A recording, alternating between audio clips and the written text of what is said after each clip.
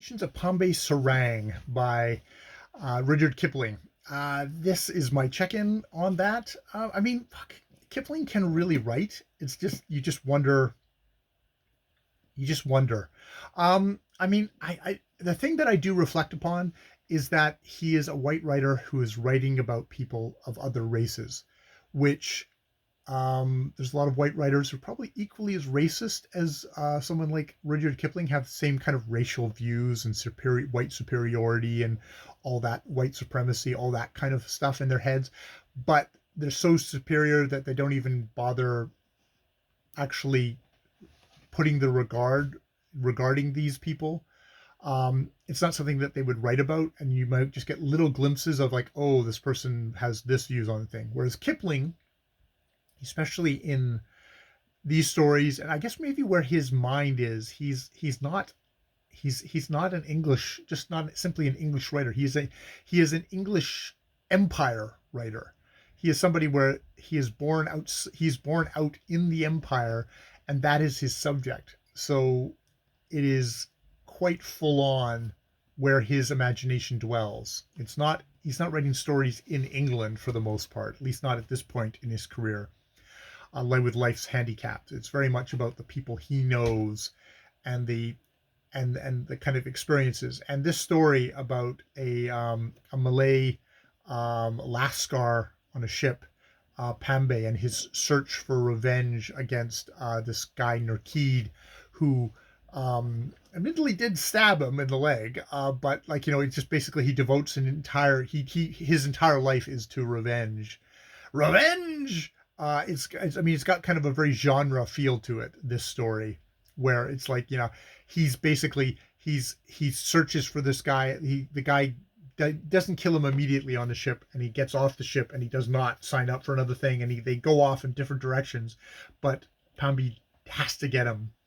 And Kipling talks about there's a couple of places in the world where basically people who travel for a living will always pass through, and one of these is the Suez Canal.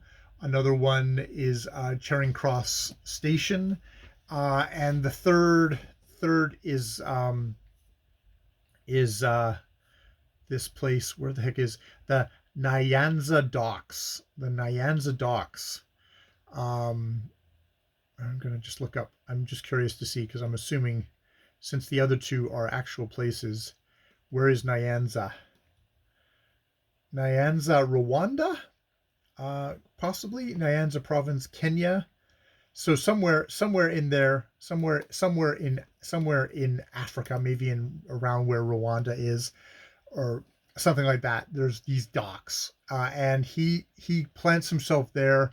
He supports himself selling Christian tracts, kind of convince some kindly Christian gentleman that he actually is Christian when he just doesn't give a shit. He's just like, it's a way to make money. And until finally he gets pneumonia and he's dying, but he hears a voice out in the street, and it is Nurkid. It is Nurkid, and he gets him to call him, and he is like literally on death's door, but he's got his hand under the pillow, and Nurkid, who doesn't know who is the person he wronged because he was so drunk at the time, he just knows somebody on that ship was wanting to kill him. He just thinks, oh, it's Pambe, and it's fine. He leans over and he stabs him. He stabs him.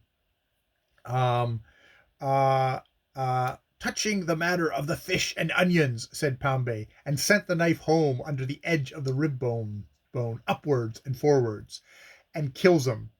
Kills him as he was about to give him money.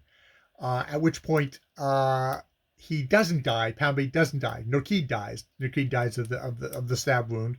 Um, Pambe doesn't die. They get him back to health, and then they hang him because the law wants him sufficiently healthy to be hanged in due and proper form. Pambe did not care particularly, but it was a sad blow to the kind gentleman. So there's kind of a thing of like, oh, you think Native people can be Christians or anything like that. It's like, no, they're vengeful murder seekers, which is yet another projection of Rudyard Kipling upon non-white people in general. So yeah, interesting stuff. I'm just gonna. I got an hour and 23 minutes left in this book, and then I'm gonna take a break from Kipling. I'm gonna think about which Kipling I want to do after this one, because I probably should do more. I should probably read some of the main ones. Doing these short stories has just been really, really a grind, though. All right, I will leave it there. More videos later.